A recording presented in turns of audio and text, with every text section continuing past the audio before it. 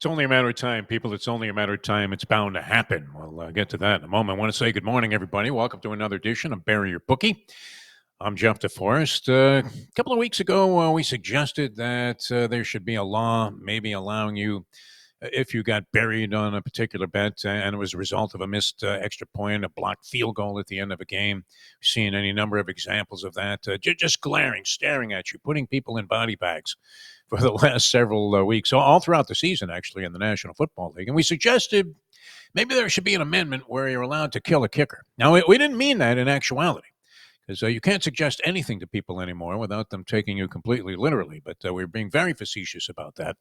And we also talked about the possibility, and I think it's only a matter of time before this happens, ladies and gentlemen, where some kind of class action suit will be litigated, trying to determine if the people have any case where you are allowed to go ahead, because of the gambling element has infused itself so incredibly into the fabric of sport, that you should be able to sue a coach for asinine, stupid, losing decisions that are made. I mean, there were classic examples in the game last night, both of them, as a matter of fact, as you had the Chicago Bears interim coach, Thomas Brown. It's as if Eberfluss was pulling the strings there from the executive suites or something, that he was not forgotten. Asinine play calling, 4th and 1 a couple of times. You knew you were doomed right from the start. You're getting 7 points with the inept Chicago Bears. I get it. They have nothing really to lose by gambling in these situations. You almost wish more coaches would. I don't know that you want to go totally Dan Campbell in those spots, but nonetheless, they go for a 4th and 1 from their own 39-yard line to start the game against the Minnesota Vikings. The Vikings have been staggering a little bit. Sam Darnold started out red hot. He was the darling of the National Football League. Somehow this team that wasn't counted on to do much this year is 12-2 now after their convincing victory last night. But instead of just jamming the ball in the line of scrimmage, how about having some guts? You're already making a decision that requires some balls, some intestinal fortitude. Why not go all in on that? Remember, even the most conservative of coaches, Vince Lombardi, liked to run the ball, jam it right down your throat with the Green Bay Packers. Now, they were vastly superior to most of the teams in the NFL during that period of time when they were going to 3 straight Super Bowls. Oh, 2. And then they ended up winning the first couple. Dominant team with Bart Starr at quarterback, the great Bart Starr. Who could forget about the Ice Bowl? Chuck Mersine taking the ball down the field, and then Bart Starr off the Jerry Kramer block. Bingo, right into the end zone there. You're a winner if you're Green Bay, and they were a dominant team for a lot of reasons. But that being said, I mean, even Lombardi would take a chance. Bart Starr, Boyd Dowler, touchdown. You can hear the dulcet tones of the great late Ray Scott saying, Starr, Dowler, touchdown. Every now and then, freaking go for it all. I mean, if you're going to have the intestinal fortitude it takes to go for a 4th and 1, well, once in a while, run a big play out of that. Everybody knows you're going to run that dive into the line of scrimmage. Maybe you're going to go with the Eagles, the tush push. But line up that way, fake it one time. I guarantee you're going to have a guy wide open down the field. Every now and then you'd like to see that. Especially the play calling is abysmal when certain coaches are taking shots. And the other game was a disaster. Do I sound like I'm crying? Because I ended up having both underdogs and one. Once again, my buddy gives me an early line as I'm booking his bet out of what had to be a weekly newspaper, maybe even bi-weekly. I think this one came again from the Jewish Journal. Because early on, you had the Raiders only getting 4 points in their game last night against the Falcons. Now, the Falcons were on the road, and they had lost 4 straight. So there was reason to, and Kirk Cousins, I mean, could you put any more shackles on a quarterback? Pay all this money for the guy. He throws the ball 15, 16 times a game. He hadn't thrown a touchdown pass since week 9. But you were in tough, only getting 4 points. The line eventually, I think, went all the way up to 6.5. So those people profited. There's patience is a virtue. And if you waited till game time with all of the people that were out, including the quarterback, Aiden O'Connell, and they ended up playing Ritter at quarterback, third-string guy, and third string to a couple of guys that weren't all that great to begin with. So reason to believe that the Raiders were not going to go anywhere near the Falcons in this one in terms of the point spread. And yet it sat there pretty much right on the number. 5 and a hook for a lot of people, 6.5 for those that waited to the last second, 4 for me, getting my line out of the Jewish Journal. But what a clown show that turned out to be. Can we go ahead? I mean, Antonio Pierce, he was the darling of the league last year, one of those interim coaches, a rarity where the interim coach actually gets the job. And then he gets the job, and he's sitting there right now at 2-12. So, as we say, such ugliness. Missed field goals, missed extra points, fumbles at their own 1 yard line, safeties, whatever could go wrong for both the Bears and the Raiders last night did. That's what happens. Maybe the cliche applies. Good teams find ways to win, bad teams find ways to lose. In this case, I think we saw in both games, bad teams found ways to lose last night's game. But they've been doing it all season, so it should come as no surprise. If you tease those games up on the chalk, God bless you. If you had both of the favorites last night, I know, just go ahead and gargle with milk of magnesia, but you ended up making a nice profit. Unless, of course, you got buried at the very end with that line going up to 6.5. If you are betting these games, BetOnline continues to be the world's most trusted betting platform. Your number one source, ladies and gentlemen. Is there going to be a lawsuit? I don't know. Your number one source for online betting. From the earliest odds to the in-game live betting, BetOnline provides you with the action and the ability to watch the games as they happen. They have the largest selection of odds on everything from football, the NBA, which we do have the big NBA Cup, the Von NBA Cup coming up tonight. College basketball, which is red hot right now. The NHL, a couple of beauties on the card yesterday. UFC, boxing, lots of big fights ahead.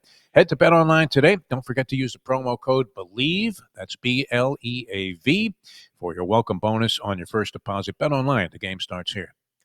Oh, my God. From parts unknown, ladies and gentlemen, out of the distant past, we welcome to the show. He'd been under the weather the last couple of Tuesdays, and we always love having this guy on any program that we do. We welcome to Bury Your Bookie, the great Scotty M. Scotty, how are you doing, my friend? Have you been hospitalized? What's been going on? Were you dodging somebody you owed money to? No, you're pretty well flush. I don't think you're one of these guys that has to not take phone calls for a couple of weeks. How are No, you? I'm doing good, man. I've been fighting this little virus I had. It was bouncing, I was feeling good, and then it came back, and finally, I think I washed it out, after about 10, 12 days. But sorry, I missed the last 2 weeks because we've been red hot with the games. I wish I would have on. And I'm here. I'm ready to rumble. This is a great time of the year. I was listening to what you said prior, and I played exactly the same type of situation last night. I took both favorites, bought a 7-point teaser. I recommended to my players take Minnesota down at a pick 'em, and Atlanta, obviously at +1 at the time. Well, we actually it was 5.5 or 6, so we got +1 on the number there. So that worked out pretty good. But I'll tell you, they gave me a little palpitation at the end there with that last drive, letting the Raiders get down there like that. It was a joke, though, for most of the ball game. I mean, look, the Raiders left. You could say this in a lot of cases, but you couldn't hand any more points to the Atlanta Falcons, who somehow offensively have gone completely inept with Kirk Cousins. Yep. And then on top of that, they don't trust this guy to throw the ball anymore, which is really, really weird considering the outlay of cash they paid for him to come to their franchise. And it looked like it was working out great early in the season. And I didn't realize this. Cousins hadn't thrown a touchdown pass since week 9. And here we are in like week 14. So that's a long drought. And they had a serious collar around his neck yesterday because what did he throw? 15, 16 passes, something like that in the whole ballgame. Yeah, I don't understand that. I mean, you pay, like you say, you pay a guy like this who's a gunslinger. He's known for throwing. He's known for putting points up. He gets hot. He carries the team. You saw what he did in the early part of the season. He was carrying that team with some big games, and all of a sudden they throw the playbook kind of out the window. They're going in a different direction, and they've been suffering for that. I mean, I know right now I think their record is 7-7, I believe. Yeah, I mean, it's kind of strange. It's like you scratch your head, and like you say, my big philosophy, and I've been telling you guys this all year: the good teams find ways to win these games. The bad teams find ways to always give it away, and it seems like it's happening more and more. If you watch these games this year, it's been happening a lot. These bad teams make the crucial mistakes where the good teams capitalize, and that's the difference between cashing tickets and ripping tickets. And they have Caleb Williams. They're trying to develop the guy. I mean, he was scattering the ball around a little bit. He had a couple of wide open receivers, uncharacteristically missed him by a mile. He looked a little bit like Anthony Richardson at times in this game.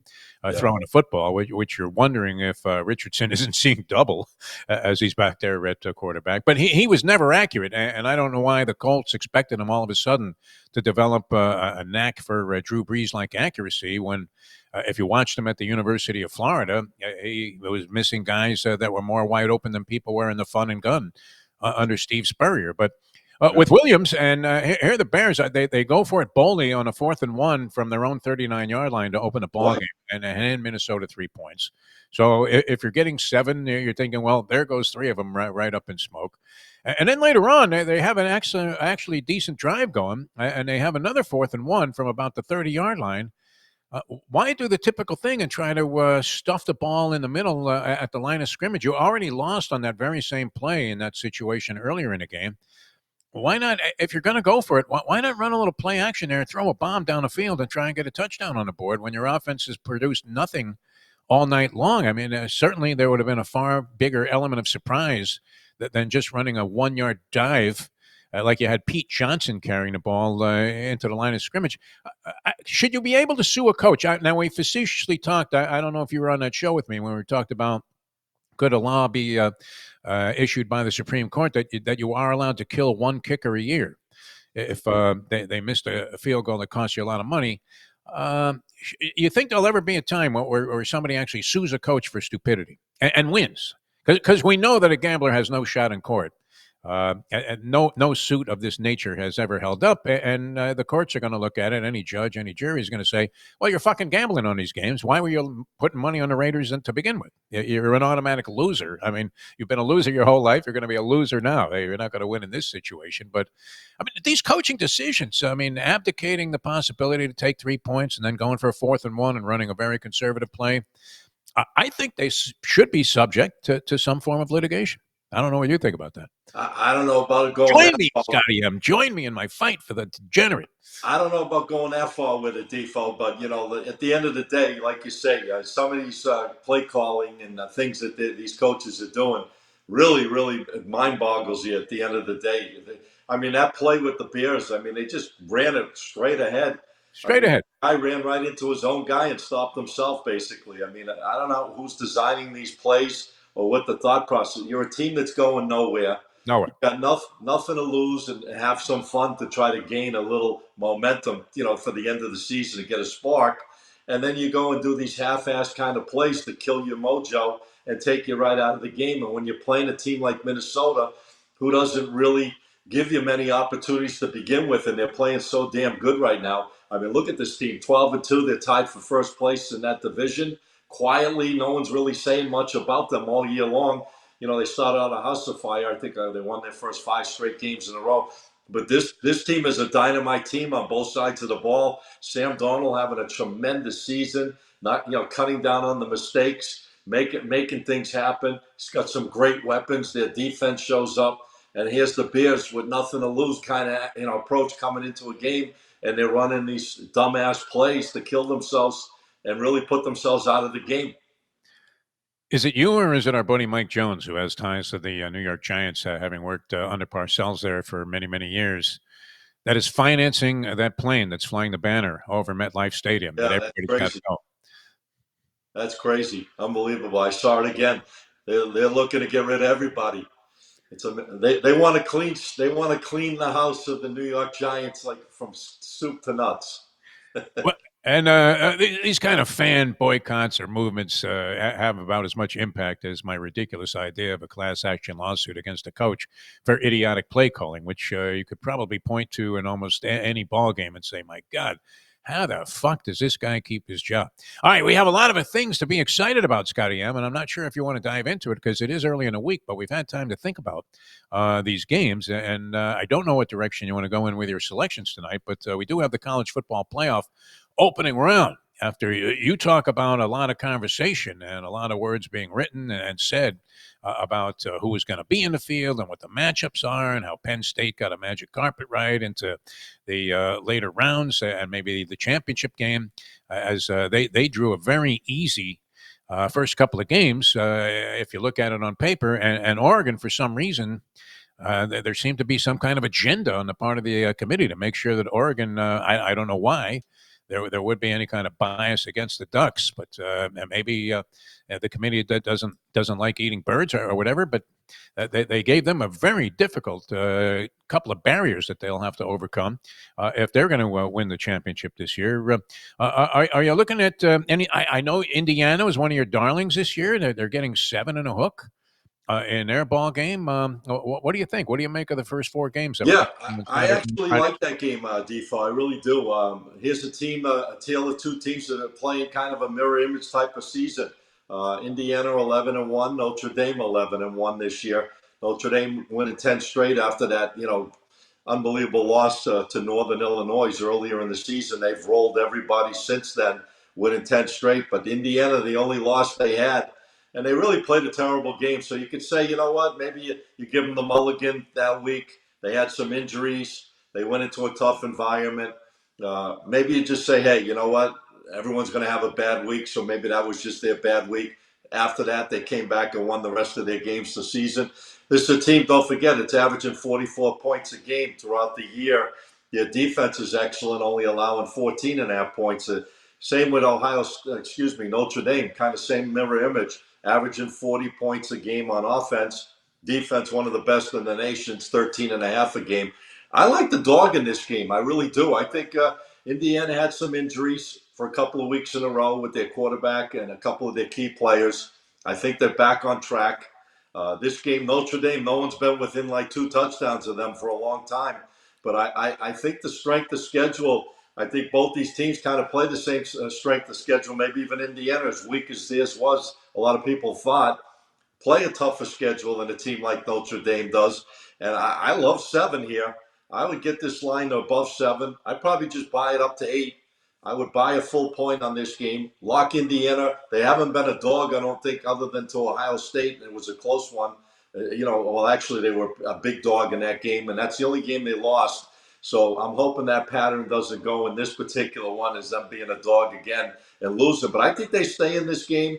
Their offense can keep them in the game. Their defense can certainly keep them in the game unless they make those crazy mistakes like they did against Ohio State, turn the ball over, field position favoring Notre Dame. I like Indiana as a live dog, plus the 8 to stay in this game. Don't be surprised if they cannot pull the upset, but the points definitely plus 8. Love it. I had a funny feeling that would be the side that you were on there, Scotty M, because you were cashing with Indiana, and then you turn your back on them, and Paul Sorvino style, as if you were talking to Ray Liotta and Goodfellas, and said, "Now I got to turn my back on you," and cashed on the side against Indiana a couple of games. So that was pretty good. They've been a good element for you this year on a Yeah. college football grid. The other 3 games are of great interest. I don't know if you want to. I'm assuming that's one of your official picks here on the program. Yeah. For the record, the Indiana Hoosiers in their game against Notre Dame. SMU is getting a bunch of points from Penn State. Many people feel that Penn State will win the first couple of games and then end up competing for the championship. Clemson getting a bushel of points from Texas, who Yeah, we never see that, Defo. You ever see Clemson getting double digits? I mean, I yeah, haven't seen that in a long, long, long time. I mean, that this team's a. I'm not saying I'm using the game. The only other game I'm looking at is Tennessee and Ohio State, which we'll get into in a second. But for Clemson to be getting 11 and a half points, I mean, that's pretty amazing. You don't see that too often. You might want to take a screenshot of that because you might not see that with, obviously the way they're coached and the personnel they have. This team has been a solid team for many, many years, but they're not giving them any shot in this game based on that line against Texas. no, figure they're going to get hammered. And if you looked at Texas's last few games, especially the last one, Not uh, impressive. are they a juggernaut? I don't know. They've demonstrated their share of 17 points against A&M, and yeah, they score 15 against Georgia or something like that. So yeah. they're not scoring on offense. They got a dynamite defense. We all know that. Great defense. Clemson, they're an up and down kind of emotional. South Carolina, they lose to South Carolina. They come back and win, on a crazy last second field goal after dominating against SMU the whole game. It comes down to the last play of the game that they actually have to drive down after dominating the whole game to kick that field goal to win and get by SMU to even get in this spot. But like you say, is Texas ready? Is this Is this their bust-out game to start sparking them in the direction for a national championship? I'm not touching the game, but I really do like the Tennessee and Ohio State game. Yeah, and God has taken the points with Dabo and Clemson in that one. So if that's any indicator, there is some divine intervention involved. All right, let's get into this thing. Tennessee and Ohio State. Now, I root against Ohio State at all times, as I used to with Notre Dame, but I don't mind Marcus Freeman as much as I did some of the coaches they had in the past, going all the way back to Rockney. But Ohio State, look, there's going to be a natural bias. I hated when Woody Hayes punched that kid when he was running down the sidelines. That's when it started to turn. Yeah. You've had this sort of pomposity that they've exhibited over the years. And then, of course, when Craig Krenzel beat the Hurricanes in that bogus Terry Porter call in the Fiesta Bowl for the national championship that year, I mean, that left an ugly, bitter taste. I think it put the athletic director, Paul D, at the University of Miami, in his grave. I mean, that's when he started to have heart problems as he was down there in the silence. They had already poured the Gatorade over his head, and then they had to blow dry him off because they were going to run another play. And, of course, Ohio State prevailed there. So, huge bias on my part against Ohio State. I would love to see Tennessee shellac them. They're getting 6 in a hook. What do you think, Scotty M? I think this is another great situation as a live dog. I think Tennessee is in a perfect spot in this game. Both teams are 10-2 this season. Both had respectable years. Probably Ohio State wasn't as respectable as more so Tennessee at 10-2. Ohio State, they're always going in thinking they're going to win every single game. Dropping that last game of the season, obviously, to Michigan, that's a big letdown. Now you got to bounce off that. But both these teams are strong teams. They're both great defenses. Tennessee only allows under 14 points a game on defense. Ohio State, I think, is number one in the nation, allowing only 11 points a game on the defense.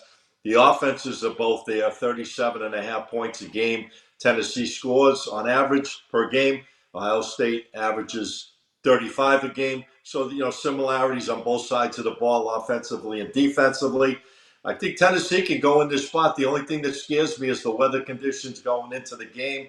I mean, you're talking about a game in Columbus in the wintertime. I don't know what the weather is. Obviously, we're doing this show multiple days ahead of time. But I think if the weather conditions are favorable and it's not a crazy sloppy ass snowy or rainy type field, I think Tennessee has a big shot in this game. I'm showing the line right now with all the spots at +7. I would take the 7 as a live dog in this game.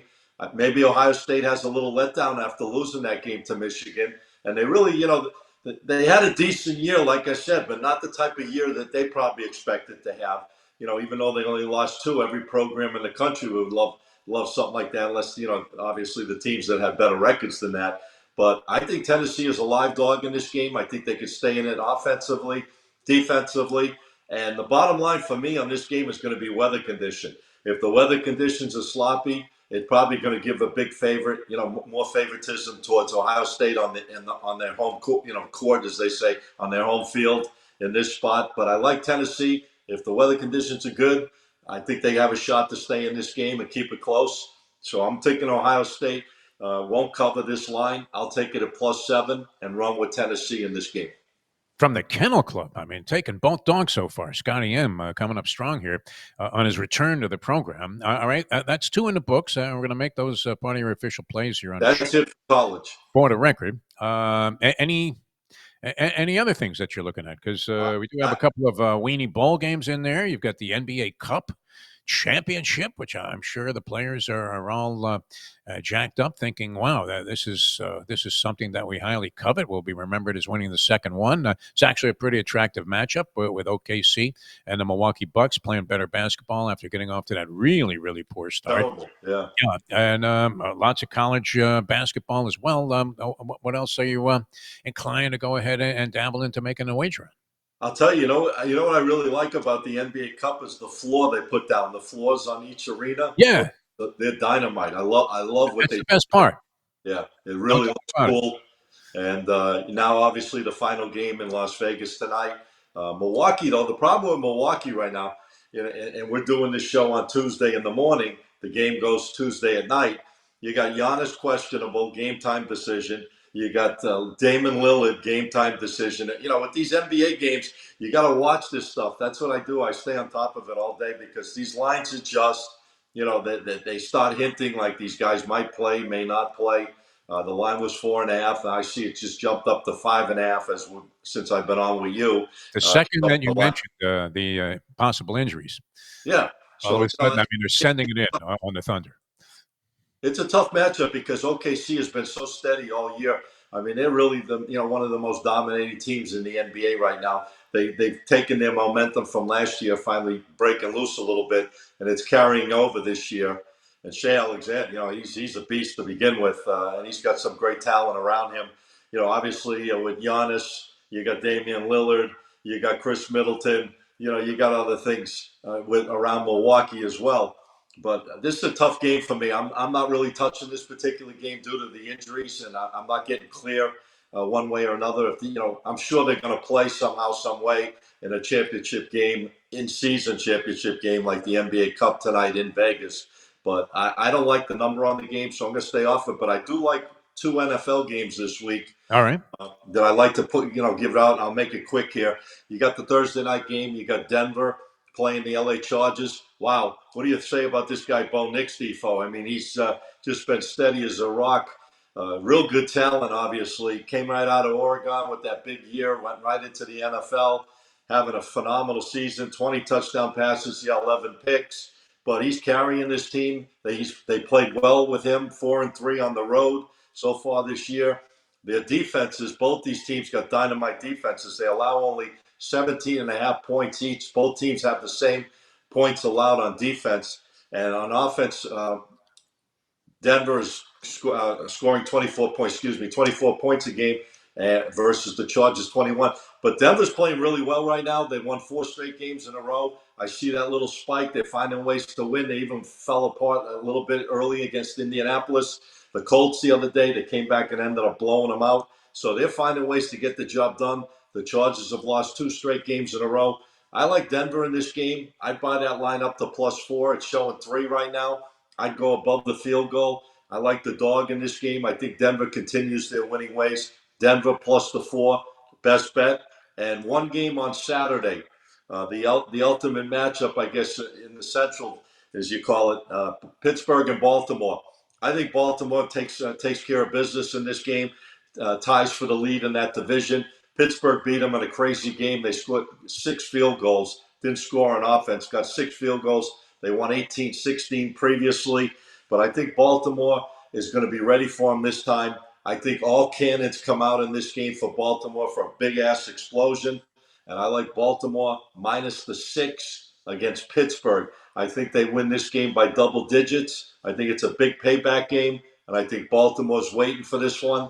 They had a roller coaster easy ride last week. Obviously, against the Giants, they didn't really have to put much effort into that game. They didn't look ahead. I think they're coming for this one. Steelers came off a brutal game against the Eagles, obviously. The Eagles just shut them down in all capacities. And I think Baltimore's going to do the same type of thing. They'll score on offense, shut them down. I like Baltimore to win easily against Pittsburgh. I was talking with a good friend of mine yesterday, a stone degenerate gambler, and he had some particularly unflattering things to say about Lamar Jackson because he obviously was burnt badly. I mean, beyond recognition by Jackson's play in the postseason. But I'm kind of with you on this. I mean, a huge performance by Baltimore last week against an inept Giants team, which, as we said, is about to get rid of everybody. And then on top of that, you have a Pittsburgh Steeler team that was maybe playing beyond their head most of the year and might be, they're grinding it out. This is a marathon, the NFL. It's not always easy to sustain at a level of play Right. that goes beyond your collective level of talent. And we saw some of that last week. They were exposed a little bit by the Philadelphia Eagles, who all of the rhetoric, Scotty M, was, oh, my God, Jalen Hurts and A.J. Brown, they can't get along. So they clicked for like 15 completions and a bunch of touchdowns. And Yeah. I don't know if that narrative was just falsely published by people that were involved with FanDuel Sports, but they had a lot of people convinced that Philadelphia had so-called lost the locker room. I think even Right. Right. Al Antonio with the big teeth was saying that there was turmoil there, and it looked like anything but. It was harmonious bliss for the Eagles. But I think, Well, they yeah, go looked ahead. like they were getting along pretty good in Yeah, that game. Hurts. Yeah, both they making looked each other a lot like of they money. were like Yeah, hugging, kissing it out there. So un- whatever they had going on, I think they put it to rest for a bit.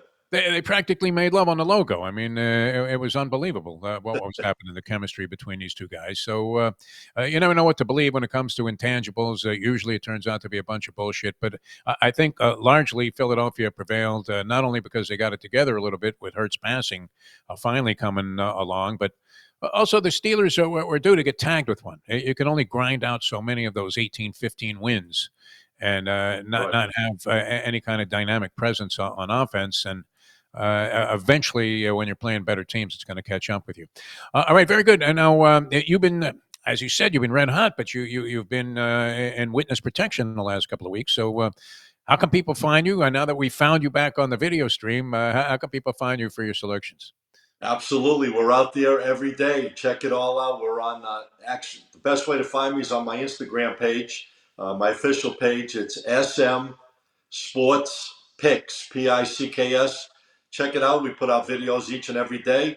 Even though I wasn't feeling the greatest, I was still putting them out there. I always want to do the right thing for my people. If you have any questions, you're interested in other things we offer, we run a VIP private service. You could DM me. I could give you all the details. You could reach out to me, whatever you guys want to do. We're here to give you that winning edge. So check it out on Instagram. Videos up each and every day. We've been very consistent. We've been on social media for over 7 years. Again, SM Sports Picks, Picks. Boom. All right, beautiful. And you could be in worse shape health wise than the English patient. You're still grinding it out, doing the numerology and doing the math and trying to figure out a way to help people bury their bookie, which you've done a fine job of here today. So, Scotty M, with a couple of the college football playoff games that he likes. And wow, I mean, it's all dogs for Scotty M for the most part here. Did you adopt a dog or something over the Except weekend? Baltimore. Baltimore, three Except Baltimore. dogs, one favorite. Yeah, but 3 out of 4 of your picks, all taking points. So excellent job as always. Good to have you back. We all love you, Thank you. Scotty M, and it's nice to see you in good health. And If I don't see you next week, happy holidays to you and your family.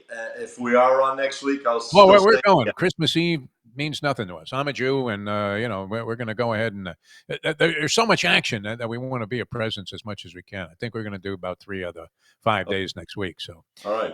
but yeah, we'll talk to you again on Tuesday, Scotty, and always a pleasure. Glad to see that you're okay.